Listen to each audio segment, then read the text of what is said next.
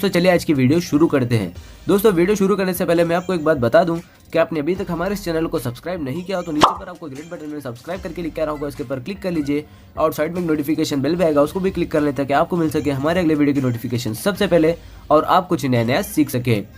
સૌરાષ્ટ્રની એકમાત્ર સ્કૂલ જ્યાં ટ્રસ્ટી તથા સંચાલકો ડોક્ટર, એન્જિનિયર તથા શિક્ષકો છે એવી Kanabar school of science and commerce કાર્યક્ષેત્ર ધોરણ 5 થી 10, 11, 12 સાયન્સ એન્ડ કોમર્સ। દીકરાઓ અને દીકરીઓ માટેના ઉજ્જવળ ભવિષ્ય માટે વાલીઓની પહેલી પસંદગી Kanabar school of science and commerce. અહીં છે શ્રેષ્ઠ શિક્ષકો દ્વારા મર્યાદિત સંખ્યામાં વિદ્યાર્થીઓ માટે ભણતર, અલગ અલગ સાયન્સ લેબ, કોમ્પ્યુટર લેબ, દીકરાઓ તથા દીકરીઓ માટે અલગ અલગ હોસ્ટેલ સાથે શુદ્ધ સાત્વિક ભોજનની વ્યવસ્થા, ટ્રાન્સપોર્ટેશનની સુવિધા, જી તેમજ નીટની તૈયારી સ્કૂલમાં જ। તો આથી વિશેષ આપ આપના બાળક માટે શું ઈચ્છો તો આજે જ એડમિશન માટે સંપર્ક કરો।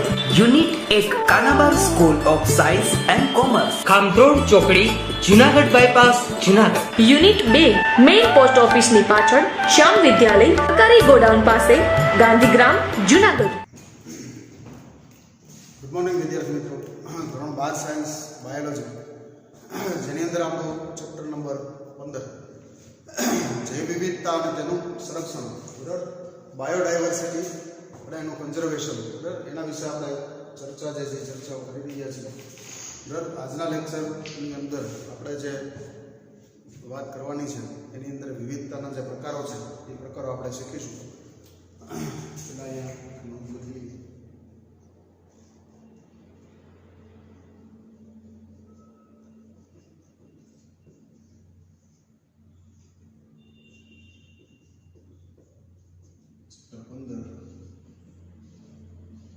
जैव विविधता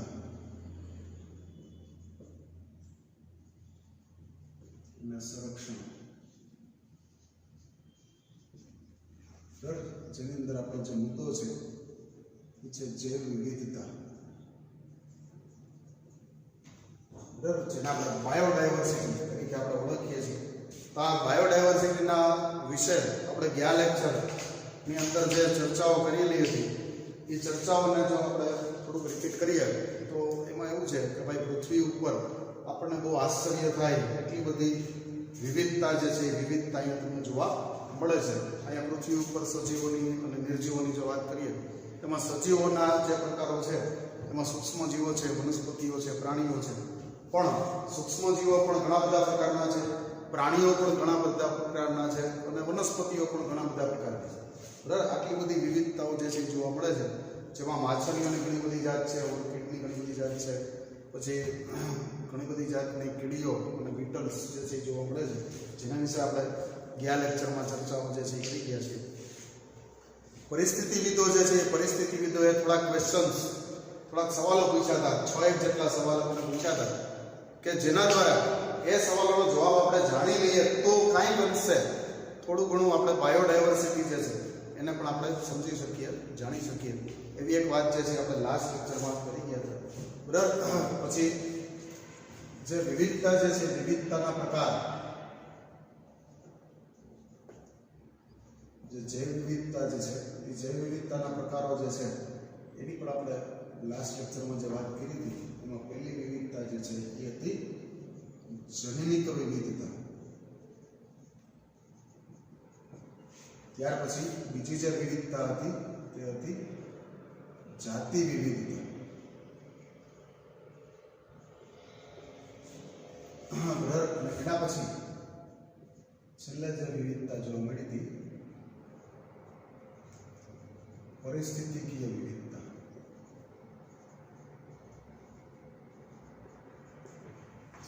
તો આ પ્રકારનો આપણે વિવિધતાનો ચાર્ટ જે છે એ ચાર્ટને આપણે ફોલો કરવાનો છે અને દરેકે દરેક પ્રકારની જે વિવિધતા છે એમાં આપણને શું પોઈન્ટ, કયા મુદ્દા જે છે એ મુદ્દાઓ આપણને કહેવા માગે છે એના વિશેનો અભ્યાસ જે છે એ અભ્યાસ આપણે અહીંયા કરીશું।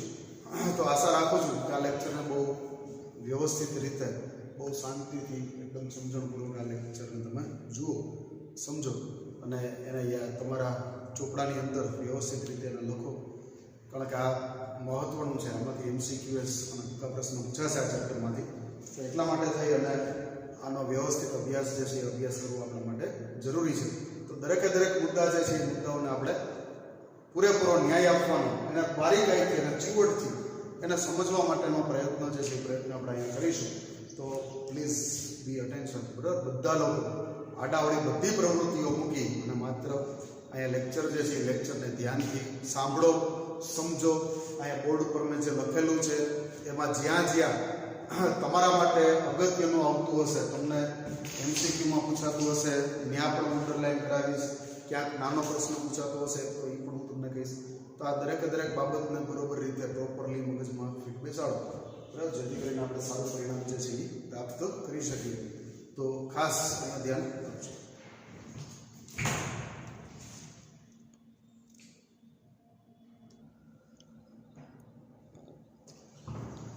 સારો વિદ્યાર્થી મિત્રો, તો આપણે જૈવ વિવિધતા જે છે એ જૈવ વિવિધતાની વાત કરીએ તો એમાં જનનિક વિવિધતા પહેલો નંબર છે. આ પહેલા નંબરની વિવિધતા વિશે આપણે અહીંયા શીખીએ. એક જાતિ જનની સ્તરે તેના વિતરણ ક્ષેત્રમાં ખૂબ જ વિવિધતા દર્શાવી શકે છે. ત્રણ મુદ્દા જે છે, ત્રણ મુદ્દા મેં ખાસ અંડરલાઈન કર્યા છે. કોઈ પણ એક જાતિ જે છે, જાતિની આપણે વાત કરીએ તો એક જ જાતિ જે છે એ એના વિતરણ ક્ષેત્રમાં, મતલબ કે જેટલા વિસ્તારમાં આપણને જોવા મળે છે એટલા વિસ્તારમાં ખૂબ જ વિવિધતા જે છે એ વિવિધતા દર્શાવી શકે છે. આ જે વસ્તુ છે એના માટે આપણે ત્રણ એક્ઝામ્પલ આ મુદ્દાની અંદર આપણે ઉદાહરણ જે શીખવાના છે, ત્રણ ઉદાહરણો જે છે એ શીખવાના છે.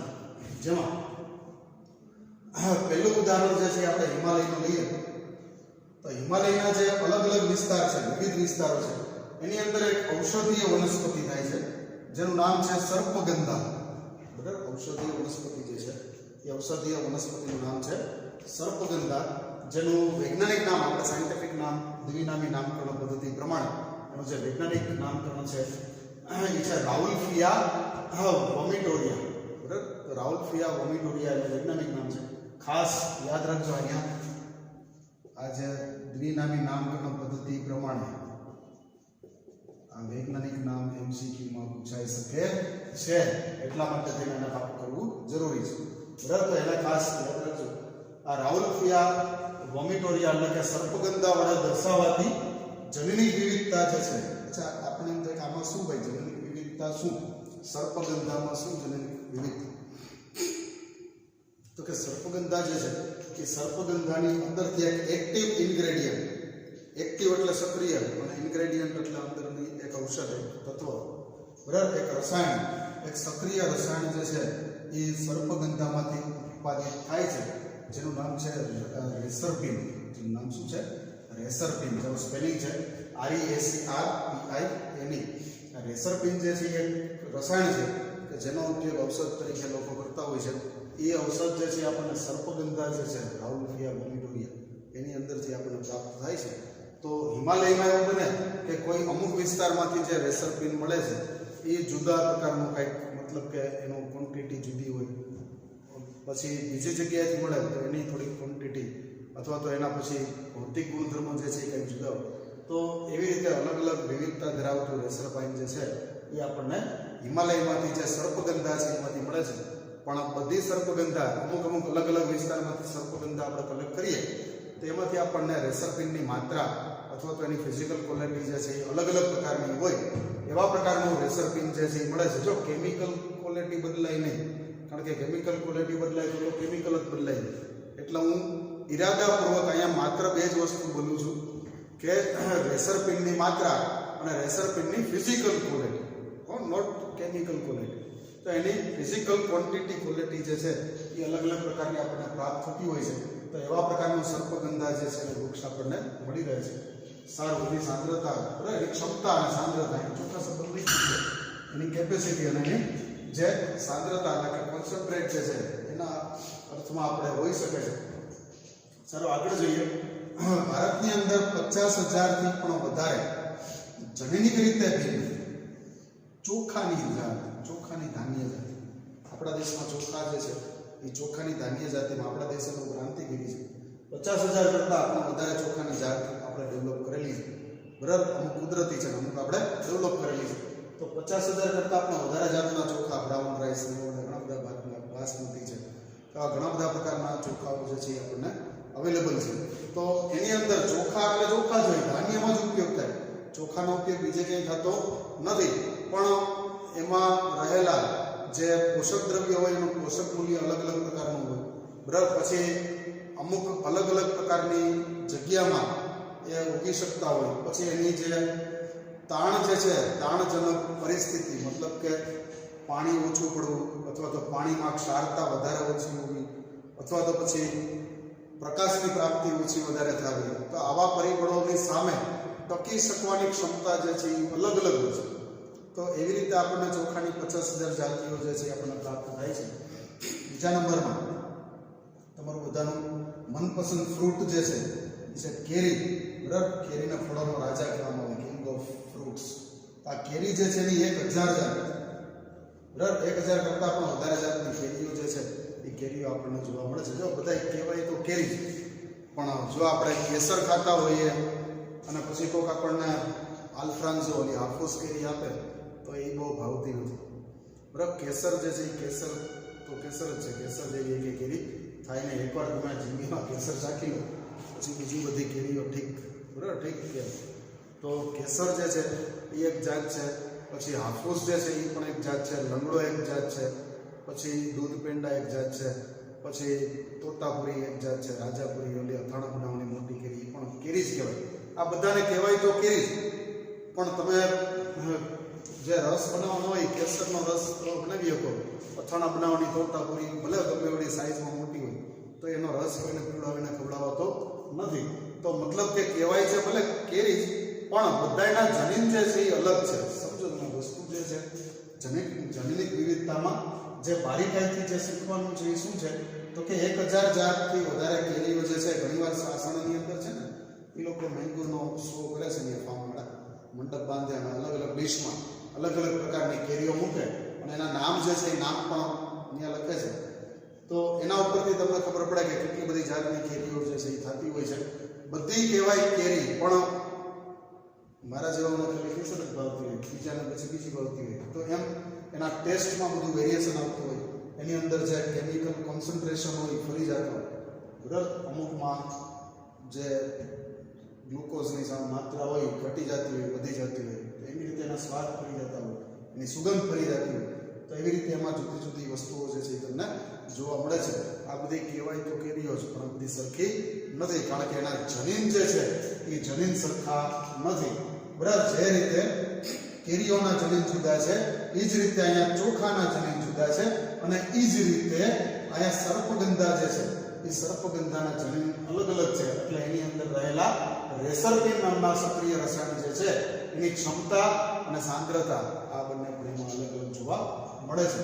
તો આ જનીનિક વિવિધતા જે છે એ જનીનિક વિવિધતાની અંદર આપણે 3 મુદ્દાઓ શીખવાના. પહેલો નંબર તો કે દરેકે દરેક વિતરણ ક્ષેત્ર વિસ્તાર જે છે એ વિસ્તારમાં આપણને અલગ અલગ જમીન જે છે એ જોવા મળે છે. બીજો નંબર તો કે હિમાલયની અંદર સર્પગંધાનું ઉદાહરણ, એમાં રેસરપાઇન જે છે એ રેસરપિન નામનું એક્ટિવ ઇન્ગ્રેડિયન્ટ એટલે કે સક્રિય રસાયણ, અને આ સક્રિય રસાયણની ક્ષમતા અને એની સાંદ્રતા જે છે એ અલગ અલગ જોવા મળે છે. અને ત્રીજા પોઈન્ટ જે છે ત્રીજા પોઈન્ટની અંદર 50,000 કરતાં વધારે ચોખાની જાત આપણને ભારતમાં જોવા મળે, અને 1,000 કરતાં પણ વધારે કેરીની જાતિ જે છે એ આપણને ભારતમાં જોવા મળે છે.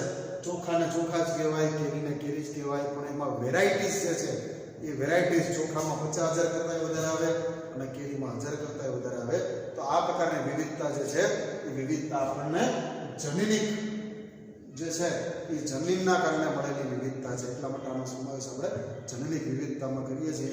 વિદ્યાર્થી મિત્રો, યાદ રાખવું એકદમ સહેલું છે, ખાલી 3 જ પોઈન્ટ યાદ રાખવાના છે, પહેલો, બીજો ને ત્રીજો.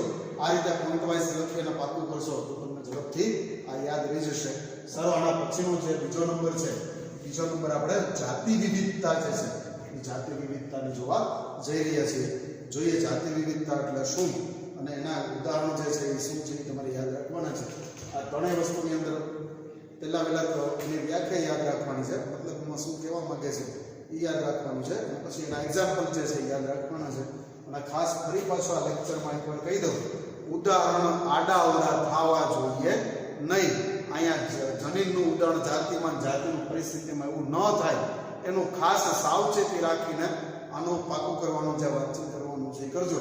બાકી તમારા માર્ક ઉડી જશે. બરાબર, આવીને એમ કહેશો કે આ તો કેટલા પેજ લખ્યા, આટલા પેજ લખ્યા, કેટલા પેજ લખ્યા એ મહત્વ નથી, પણ તમારા પ્રશ્નનો જવાબ કઈ રીતે લખ્યો એ અગત્યનો હોય છે. તો અહીંયા લાઈન બાય લાઈન ડિટેલિંગ કરવાનો મતલબ જ એ છે કે જેથી કરી અને પરીક્ષામાં પેપર ભરતી વખતે તમે ખૂબ જ ચીવટ રાખી શકો અને જેમ બને એમ હાયર સ્કોર, વધારેમાં વધારે માર્ક જે છે તમે સ્કોર કરી શકો. એટલા માટે થઈને આપણે અહીંયા એક એક લાઈન લખીએ છીએ, એના બરોબર રીતે સમજાવીએ છીએ અને એની ઉપર પ્રોપર ગાઈડન્સ જે છે એ આપીએ છીએ. જરૂર પડે તો બહારના એક્ઝામ્પલ પણ આપીએ છીએ કે જેથી કરીને તમે બધું સરસ રીતે સમજી શકો અને બરોબર મગજમાં ફીટ બેસાડી શકો એવો એક પ્રયત્ન જે છે આપણે અહીંયા કરીએ છીએ. તો હાલો એના પછીનો આપણો જે નવો મુદ્દો છે જાતિ વિવિધતા. આ જાતિ વિવિધતા શું કહેવા માંગે છે આપણે જોઈએ.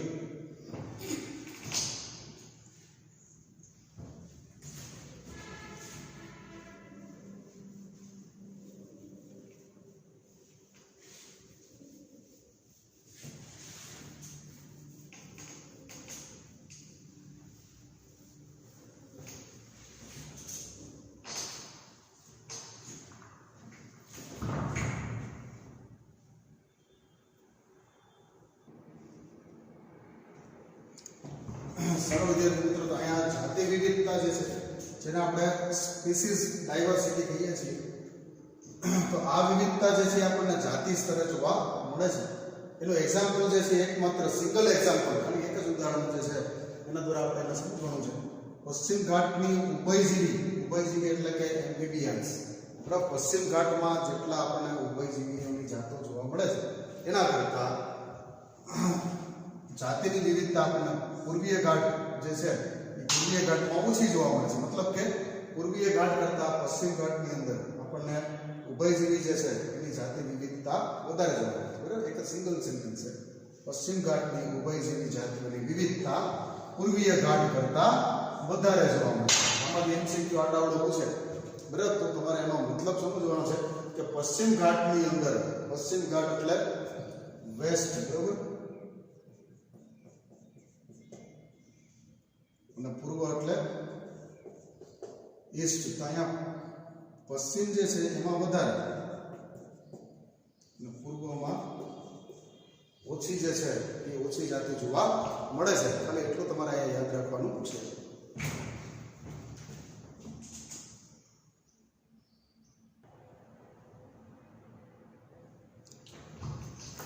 સારો વિદ્યાર્થી મિત્રો, તો જાતિ વિવિધતા જે છે એની અંદર ખાલી આપણે બે જ ઘાટ યાદ રાખવાના છે, એક પશ્ચિમ ઘાટ અને એક પૂર્વ ઘાટ, જેની અંદર એને શોર્ટકટ એકદમ શોર્ટલી યાદ રાખવા માટે થઈ આપણે એક જ વસ્તુ યાદ રાખવાની છે. વેસ્ટની અંદર તમને વધારે ઉભયજીવી જોવા મળે છે, જ્યારે ઈસ્ટની અંદર તમને ઉભયજીવીઓ જે છે એ ઓછા જોવા મળે છે. એટલું જ ખાલી યાદ રાખવાનું છે. પૂર્વીય ઘાટમાં તમને ઓછા જોવા મળે અને પશ્ચિમ ઘાટમાં વધારે જોવા મળે. એની પાછળના જે રીઝન છે એ રીઝન બધા એવા છે કે પશ્ચિમ ઘાટ જે છે ત્યાં સૂર્યપ્રકાશ વધારે સમય સુધી પ્રાપ્ત થાય છે, એટલા માટે થઈ અને ત્યાં તમને વનસ્પતિ હોય વૃક્ષો વધારે જોવા મળે, પ્રાણીઓ વધારે જોવા મળે. જ્યારે પૂર્વ ઘાટની અંદર એ તમને ઓછા જોવા મળે. એના પછી આપણે પરિસ્થિતિકીય વિવિધતા, જેને આપણે ઇકોલોજીકલ ડાયવર્સિટી જે છે ઇકોલોજીકલ ડાયવર્સિટી કહીએ છીએ. તો ઇકોલોજીકલ ડાયવર્સિટીના જે મુદ્દાઓ છે એ મુદ્દાઓ આપણે શીખીએ.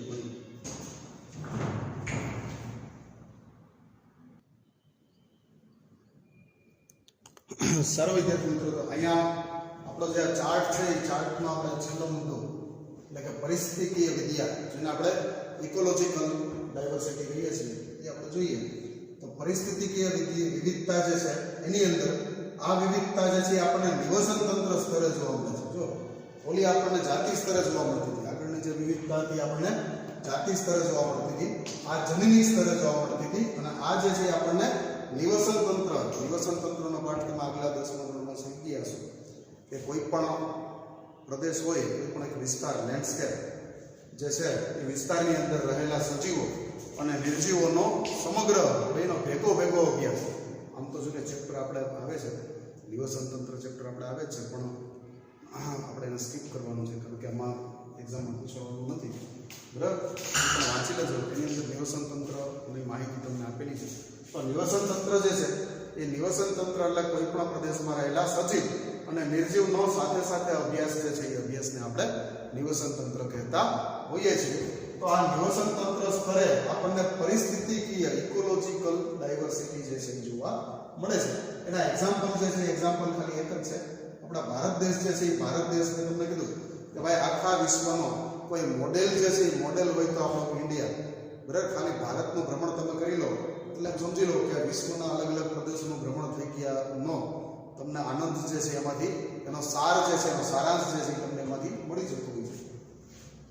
ભારત દેશની અંદર સૌથી વહેલું રણ પ્રદેશ છે. આ મુદ્દા જે છે એ બરોબર જોજો. આ એક નંબર રણ પ્રદેશ જેને આપણે ડેઝર્ટ કહીએ છીએ.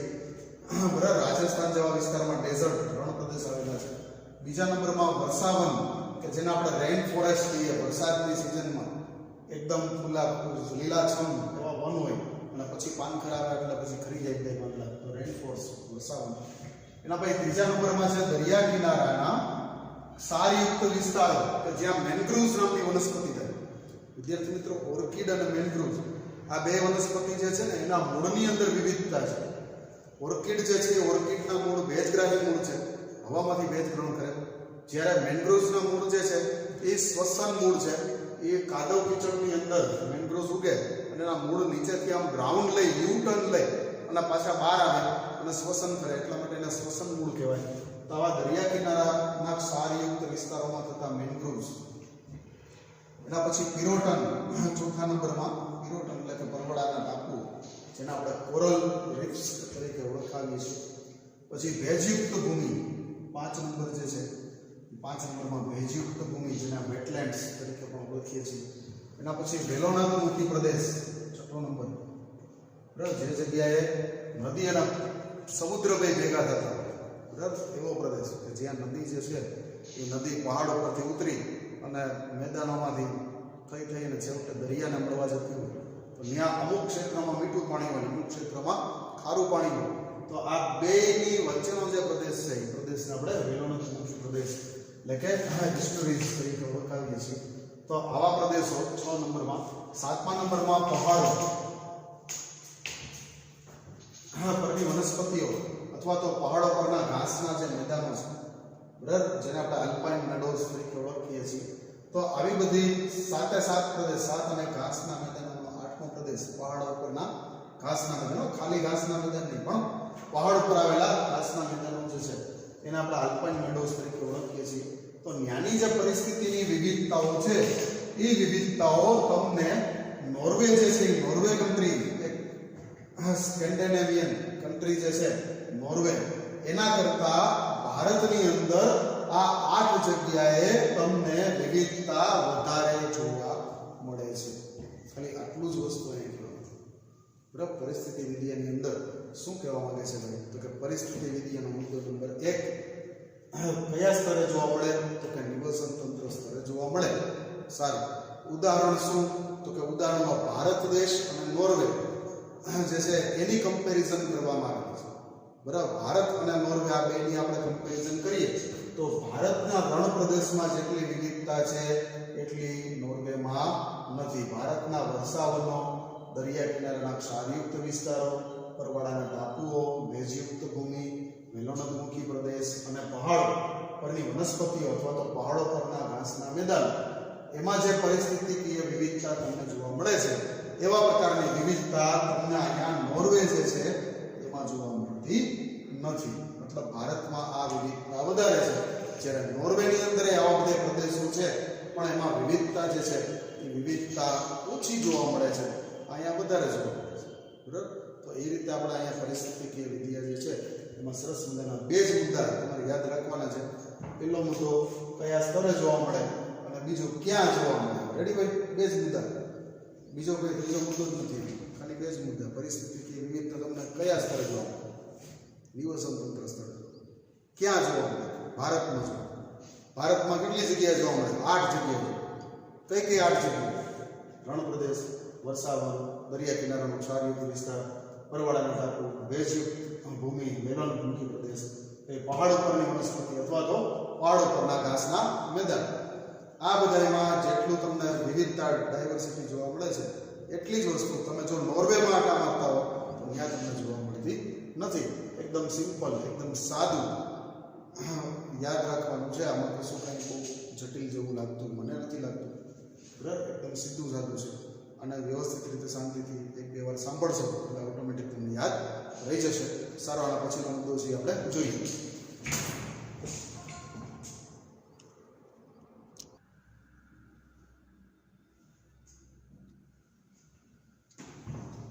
સારો વિદ્યાર્થી મિત્રો,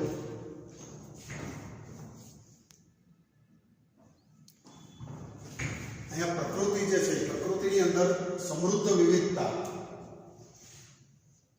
અત્યારે આપણા 3 પ્રકારની જે જનનિક વિવિધતા, જાતિ વિવિધતા અને પર્યાવરણિક જે પરિસ્થિતિકીય વિવિધતા આપણે જોઈ, તો આ ત્રણેય વિવિધતાઓ જે છે એ વિવિધતાને ઉત્પન્ન થતા, બરાબર, આટલી બધી વિવિધતાઓને ઉત્પન્ન થતા લાખો વર્ષોનો સમય જે છે એ સમય લાગ્યો છે. આ બધું કંઈ અચાનક જ ઉત્પન્ન નથી થઈ ગયું. બરાબર, આ બધી વસ્તુઓને ઉત્પન્ન થતા એણે ઉદ્વિકાસની પ્રક્રિયા જે છે એમાંથી પસાર થવું પડ્યું અને એમાં ઉત્ક્રાંતિઓ કરવી પડી અને એના કારણે આજનું જે સજીવ છે એ અસ્તિત્વમાં જોવા મળે છે.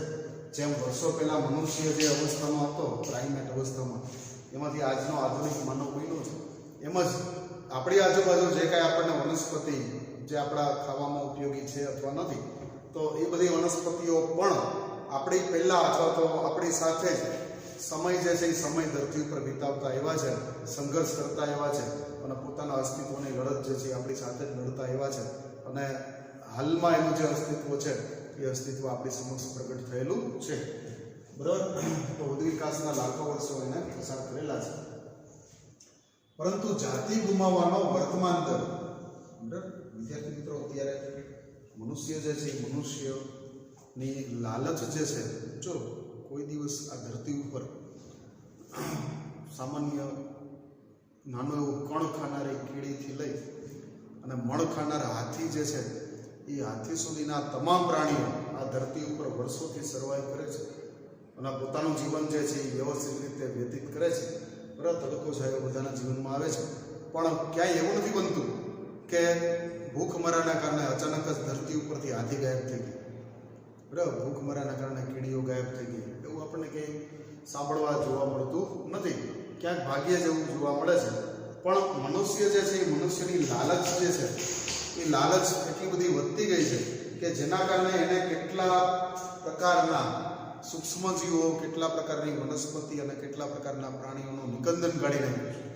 બરાબર, અમુક જાતિઓ જે છે એને તો ધરતી ઉપરથી લુપ્ત કરી નાખી છે. બરાબર, પોતાની લાઈફસ્ટાઈલ જે છે એ એકદમ આધુનિક, ખૂબ જ વૈભવી લાઈફસ્ટાઈલ લોકોને હવે જીવવું. બરાબર, એક સમય એવો હતો કે જ્યારે લોકોની રિક્વાયરમેન્ટ ખાલી રોટી, કપડાં ઓર મકાન હતી. બરાબર, ખાવા માટે ખોરાક મળી જાય, પહેરવા માટે કપડાં મળી જાય અને રહેવા માટે મકાન મળી જાય, તો પછી એને વધારે કંઈ નહોતું જોતું. પણ અત્યારના સમયમાં લોકો જે છે એના પોતાનું લાઈફનું સ્ટેટસ જે છે એ એવું કરી નાખ્યું છે કે ખાવા માટે પણ એને વિવિધતા જોઈએ છે. રોટીથી નથી ચાલતું, પણ ખાવામાં એને ખૂબ જ વિવિધતા જોઈએ છે. બરાબર, એકને એક જમવાનું કે ટાઈમ ન ચાલે. બરાબર, અઠવાડિયામાં ખીચડી તો ખાલી એક જ વાર ખાવાની હોય, રોજ ન ખાવાની. તો ભોજનમાં વિવિધતા એવી, કપડાની અંદર રંગબેરંગી કપડાં, એમાં કલર ડિઝાઇન અલગ અલગ આવ્યા. મકાન જે છે એ મકાન હોટલો જેવા અતિ વૈભવી મકાનમાં માણસ જે છે એ રહેવા લાગ્યો. બરાબર, તો આ જે લાઈફસ્ટાઈલ સુધારવા માટે થઈ અને એણે જે પ્રયત્ન કર્યા છે એ પ્રયત્નમાં મનુષ્ય ભલે ખૂબ જ આગળ વધી ગયો, પણ પોતાની લાલસા જે છે એને સંતોષવામાં એણે ક્યાંક જંગલોનું શોષણ કર્યું, તો ક્યાંક પ્રાણીઓનું શોષણ કર્યું, તો ક્યાંક વનસ્પતિઓનું શોષણ કર્યું, તો ક્યાંક એણે સૂક્ષ્મજીવોનું પણ શોષણ કર્યું છે. અને આ શોષણ કરવાનું જે છે એ હજી સુધી સતત ને સતત ચાલુ જ છે.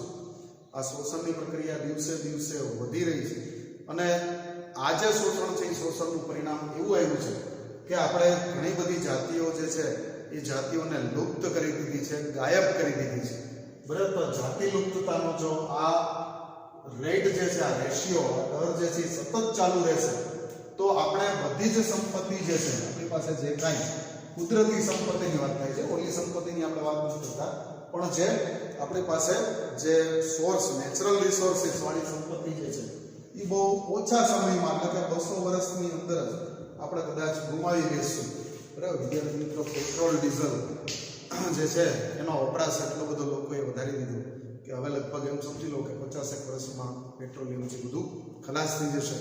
કોલસો જે છે એ કોલસોના ભંડાર જો નવા પ્રાપ્ત નહીં થાય તો કોલસા વિશે પણ એમ કહેવાય છે કે 50 થી 70 વર્ષમાં બધો કોલસો છે એ પૂરો થઈ જશે. અને આ બધું પૂરું થઈ જશે ત્યારે કમ્પલસરી આપણે કોઈ અલ્ટરનેટિવ વિકલ્પ જે છે આપણે પસંદ કરવો પડશે. તો જમીનમાંથી આપણે બધું પેટ્રોલિયમ કાઢી લેશું. બરાબર મોટા મોટા પહાડો જે છે એના પથ્થરો તોડીને આપણા સ્કાય સ્લીપર્સ 27 માળની બિલ્ડિંગ એવા બધા મકાનો બનાવશું. જમીનમાંથી બેલા કાઢી લઈએ છીએ. આવી બધી વસ્તુઓ જમીનમાંથી કાઢી અને આપણા મકાનો એવું બધું બનાવતા જાય, આપણી લાઈફસ્ટાઈલને આપણે સુધારતા જઈએ છીએ. તો એક સમય એવો આવશે કે આપણે આ પહાડ છે પછી જમીનનો ભાગ છે બધું ગુમાવવાનો વારો આવશે. પેટ્રોલિયમ જે પેદાશનો ઉપયોગ કરી અને ધરતીના તાપમાનમાં કાર્બન ડાયોક્સાઇડ જે છે કાર્બન ફૂટપ્રિન્ટમાં આપણે વધારો કરશું તો પૃથ્વીનું સરેરાશ તાપમાન વધી જશે. તો એના કારણે ગ્રીન હાઉસ અસર થશે અને દરિયા કિનારાના જે ગામ છે એ બધા દરિયાની અંદર ડૂબી જશે. ગ્રીન હાઉસનો મતલબ શું થાય તો કે ગરમી એટલી બધી વધી જાય કે બરફના પહાડો છે એ પીગળવા લાગે અને એનું પાણી જે છે એ નદીઓમાં આવે અને નદીમાંથી છેલ્લે સમુદ્રમાં જાય અને સમુદ્રનું લેવલ ઊંચું આવે તો સમુદ્ર કિનારે રહેલા ગામ જે છે એ બધા અંદર ડૂબી જાય. એવી પરિસ્થિતિ ભવિષ્યમાં આવી શકે એમ છે. તો એટલા માટે થોડીક જો આપણે આપણી લાલચને રોક આપીએ, બ્રેક આપીએ તો કદાચ આપણે પૃથ્વીને હજુ સારું રીતે જતન કરી શકીએ, સારી રીતે એને આપણે રાખી શકીએ. જૈવ વિવિધતા અને તેનું સંરક્ષણ એ આજકાલ દરેકના હિત સંબંધિત આંતરરાષ્ટ્રીય અતિ આવશ્યક પર્યાવરણીય મુદ્દાઓ છે. વિદ્યાર્થી મિત્રો, બહુ મોટા જે ઇન્ડસ્ટ્રીયલિસ્ટ છે એ લોકો જનરલી પોલ્યુશન્સ વધારે કરતા હોય, કારણ કે એની ફેક્ટરીમાંથી વાયુ પ્રદૂષણ, જલ પ્રદૂષણ અને કચરાનું ભૂમિ પ્રદૂષણ થાય અને ઘોંઘાટના કારણે નોઇઝ પોલ્યુશન પણ થાય. તો એવા પ્રકારની પ્રવૃત્તિઓના કારખાનામાં ચાલતી હોય છે અને એવા લોકોને સતત સરકાર તરફથી ગાઈડલાઇન્સ જે છે એ આપવામાં આવતી હોય છે કે ભાઈ અમુક લેવલ કરતાં વધારે પોઈઝનસ ધુવાળો હોય એ સીધો છોડવાનો નહીં, પણ એને ફિલ્ટર કરવાનો, પાણીને ડાયરેક્ટલી નદીમાં નહીં છોડવાનું, પણ તમારે એને પહેલાં એના કુંડ બનાવવાના અને એમાં એ શુદ્ધ થાય પછી પાણીને છોડવાનું. તો આવા ઘણા બધા ગાઈડલાઇન્સ જે છે ગવર્મેન્ટ એને આપતી હોય છે અને એ લોકો અમુક અંશે એનો ફોલો પણ કરતા હોય છે. પણ છતાંય પ્રદૂષણનું લેવલ જે છે એટલું બધું વધી ગયું છે કે ક્યારેક એવું બને છે કે કોઈ ઇન્ડસ્ટ્રીયલ એરિયામાં જો આપણે રહેતા હોઈએ તો આપણને સારું પીવાનું પાણી પણ નથી મળતું અને ત્યાંની એર જે છે શ્વાસ લેવા માટેની હવા જે છે એ પણ એટલી બધી પોલ્યુટેડ હોય છે કે એમાં રહેતા હોય એટલે આપણે લેવાઈ ગયા હોય તો આપણને ખબર ન પડે, પણ બહારથી કોઈ માણસ આવે તો એ તરત જ કંટાળી અને બીજા દિવસે ત્યાંથી જતો રહીએ, ભાઈ તમારા વિસ્તારમાં ના રહે. તો આવી પરિસ્થિતિઓ જે છે એ પરિસ્થિતિઓનું સર્જન આપણે કરી નાખ્યું છે અને હવે આપણે એવો વિચાર કરવા બેઠા છીએ કે હવે કઈ રીતે આપણે આપણા પર્યાવરણનું જતન કરવું, બરાબર, કઈ રીતે આપણી પૃથ્વીને બચાવવી, કઈ રીતે અહીંયા સ્પીસીઝ લોસ જે જાતિઓ આપણે ગુમાવીએ છીએ એ જાતિઓને બચાવવી, કારણ કે આ જાતિઓ જે છે ને એ આપણા જીવન માટે ખૂબ જરૂરી છે.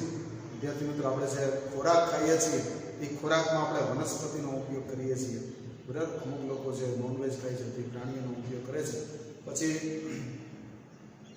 આપણી જે ઔષધિઓ છે, દવાઓ છે, એ દવાઓમાંથી મોટાભાગની ઔષધિઓ વનસ્પતિમાંથી પ્રાપ્ત કરવામાં આવે છે. એટલે વનસ્પતિ, સૂક્ષ્મજીવો અને પ્રાણીઓ જે છે એના વગર આપણું જીવન જે છે એ જીવન પાંગડું બની જશે, નકામું બની જશે. એટલા માટે થઈને એને બચાવવાના છે, એના ઉપર દયા નથી ખાવાની, બરાબર. એના ઉપર રહેમ કરવો તો આપણે પહેલાં જ કરી લીધો, આટલું બધું કર્યું જ ન હોય. એના ઉપર રહેમની વાત નથી, પણ આપણા અસ્તિત્વ માટે થઈ અને એનું અસ્તિત્વ જરૂરી છે. જો આપણે આ ધરતી ઉપર વધુ સારું જીવન જીવવું છે તો એનું અસ્તિત્વ જરૂરી છે. જો વૃક્ષોનું નિકંદન કાઢતા રહેશું, જંગલો કાપતા રહેશું તો ઓક્સિજન ક્યાંથી લઈ આવશું, બરાબર. પછી બજારમાં ઓક્સિજનના બાટલા વેચાવાના ચાલુ થશે, એવી પરિસ્થિતિઓ આવશે, બરાબર. વનસ્પતિનો આપણે ખેતી લાયક જમીન જે છે એમાં પ્રદૂષિત કરતા રહેશું અને ખેતી જ નહીં કરીએ તો શું ખાશું, કેમિકલ્સ થોડા કશું કંઈ, વિટામિન્સની ટેબ્લેટો એવું બધું ખાવાનું ચાલુ કરવું પડશે. તો એવી પરિસ્થિતિ ન આવે એટલા માટે થઈને ભૂમિ પ્રદૂષણને અટકાવો.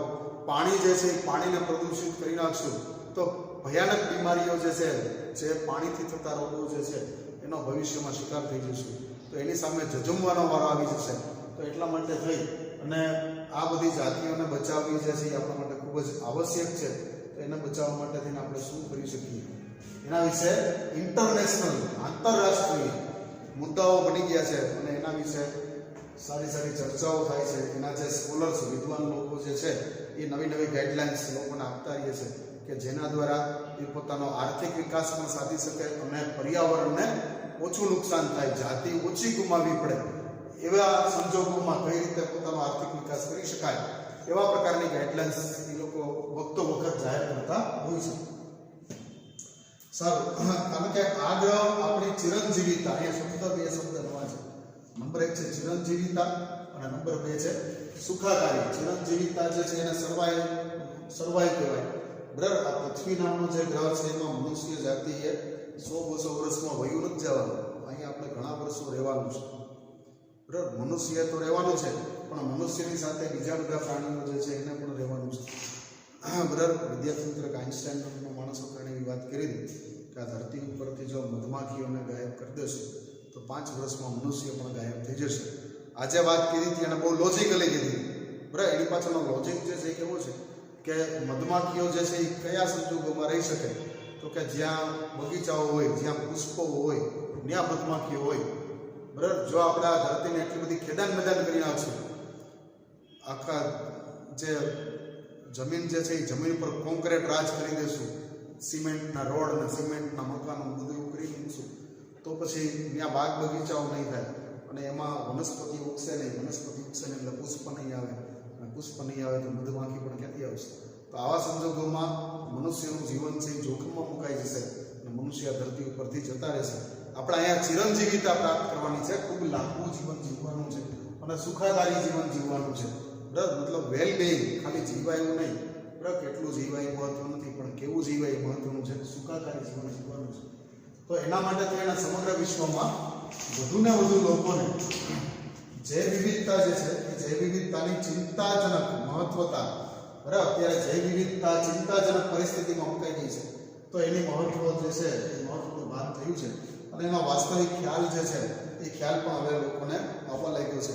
અને જૈવ વિવિધતાને બચાવવા માટે થઈ અને નવા નવા પ્રોજેક્ટ, નવા નવા પ્રોસ્પેક્ટસ, બધા નવા જે તુક્કાઓ જે છે એ શું કરી શકાય અને કઈ રીતે જૈવ વિવિધતાને બચાવી શકાય અને સાથે સાથે આર્થિક વિકાસ પણ સાધી શકાય, ઔદ્યોગિક વિકાસ જે છે એ પણ સાધી શકાય એવા પ્રયત્નો જે છે એ પ્રયત્ન કરવા માટે કટિબદ્ધ થયેલા છે.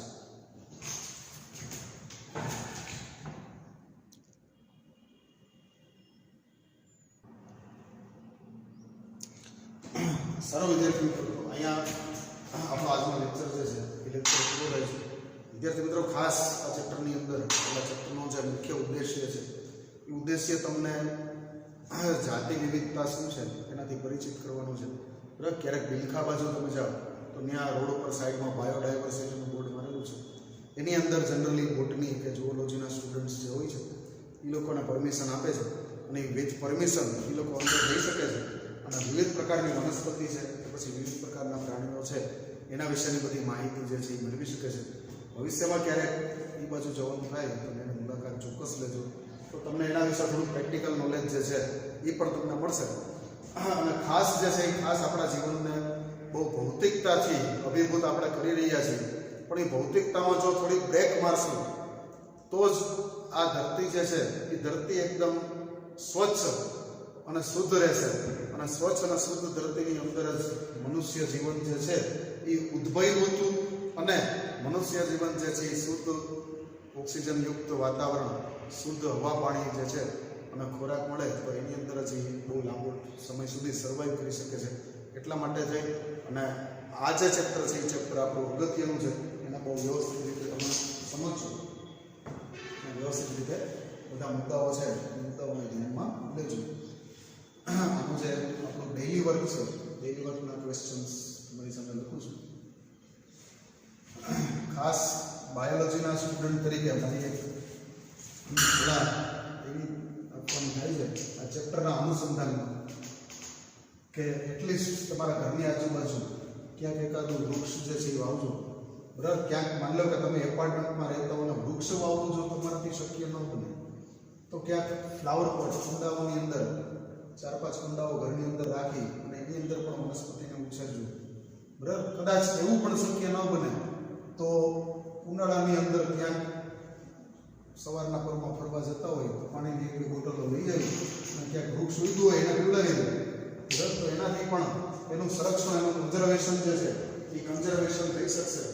બરાબર. શેરીની અંદર જે સ્ટ્રે ડોગ્સ કે સ્ટ્રે કાવ જે રખડતા કૂતરાઓ હોય કે પછી ગાયો હોય એને જો રોટલી કે એવું કંઈ ખવડાવી ન શકીએ તો એટલીસ્ટ આમ થાય ને કોઈ લાકડી વડે મારવાનું જે છે એવું તો કૃત્ય ન જ કરીએ. બરાબર. એવી થોડીક તમારી પાસેથી અપેક્ષા જે છે એ અપેક્ષા હું રાખીશ. Be gentle with plants and with animals. બરાબર. મહેરબાની કરો આવા લોકો ઉપર જેન્ટલ બનો. બર્ડ ફ્લૂ નામની જે બીમારી છે એના કિસ્સાઓ હમણાં થોડા બહાર આવી રહ્યા છે. તો જો આ પ્રકૃતિને આપણે નુકસાન કરશું તો પ્રકૃતિને પાસે આપણને નુકસાન કરવાના આપણા કરતાં વધારે રસ્તા છે. એક વસ્તુ યાદ રાખી લેજો. બરાબર. આપણે કારણ વગર જો આ પ્રકૃતિને નુકસાન કરીશું ને તો આ પ્રકૃતિ પાસે આપણને નુકસાન કરવા માટેના બહુ કારગર અને એકદમ ઇફેક્ટિવ રસ્તાઓ જે છે એની પાસે છે. તો મહેરબાની કરી અને પ્રકૃતિને ખોટી રીતે હેરાન કરશો નહીં. કારણ કે આ જ પ્રકૃતિ, આ જ નેચરની સાથે આપણે સમતોલન, બેલેન્સ કરીને જીવવાનું છે. બરાબર. એનો નાશ કરીને કે એની યારે કોમ્પિટિશન કરીને જીવવાનું નથી, પણ આની સાથે આપણે વ્યવસ્થિત રીતે બેલેન્સ કરી સાતત્ય જાળવી અને જીવવાનું છે. એટલું યાદ રાખજો. સર, આજનું જે હોમવર્ક છે, ડેઇલી વર્ક છે,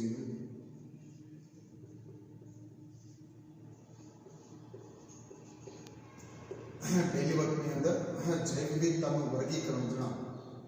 પ્રશ્ન પહેલો છે.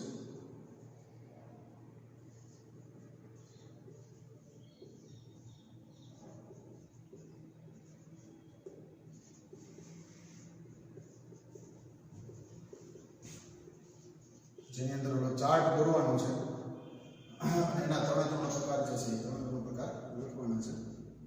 ક્વેશ્ચન 2, જનનિક વિવિધતા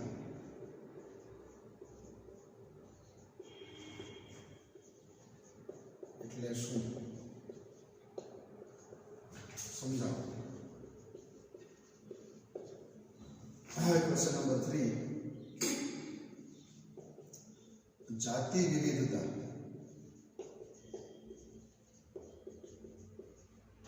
એટલે શું? ઉદાહરણ આપો.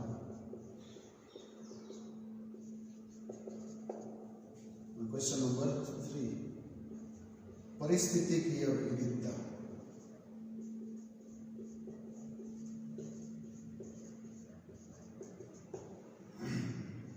દ્રષ્ટાંત સાથે સમજાવો.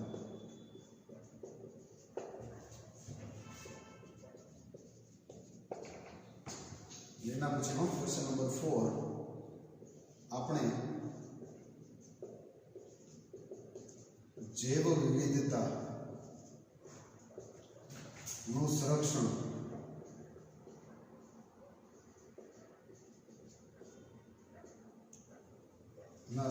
માટે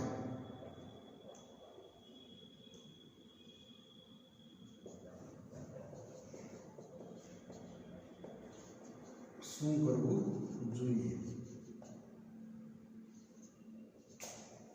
તો આ 4 પ્રશ્નો જે છે, 4 પ્રશ્નો તમારા ડેલી વર્કમાં લખવાના છે.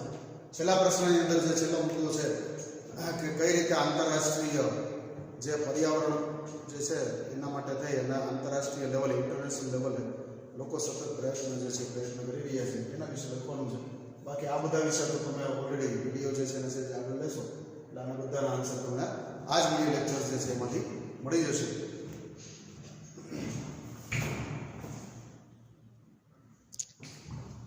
સારું વિદ્યાર્થી મિત્રો, તો આજનો લેક્ચર જે છે એ આજનો લેક્ચર આપણે અહીંયા પૂરો કરીએ છીએ.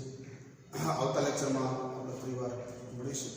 ત્યારે આપણા ભારત દેશની અંદર કયા પ્રકારની જૈવ વિવિધતાઓ છે અને એનું કઈ રીતે સંરક્ષણ થઈ રહ્યું છે, ત્યારે ગવર્મેન્ટ જે છે, ઇન્ડિયન ગવર્મેન્ટ એના ઉપર થોડું ભાર આપે છે અને કઈ રીતે આ બધી વિવિધતાનું સંરક્ષણ કરે છે એના વિશેની માહિતી જે છે આપણે આવતા લેક્ચરમાં લેશું. બરાબર, ત્યાં સુધી બધા વિદ્યાર્થી મિત્રો આવજો. બરાબર, ફરી મળીશું. ત્યાં સુધી આવજો.